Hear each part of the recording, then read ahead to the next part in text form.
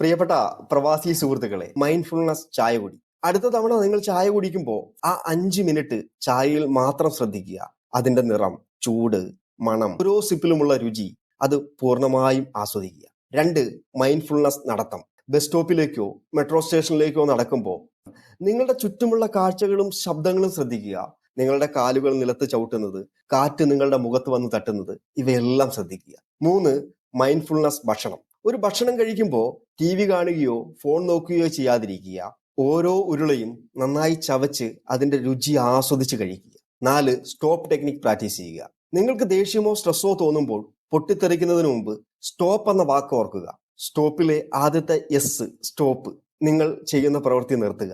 T, take A breath, ഒരു ദീർഘശ്വാസം എടുക്കുക.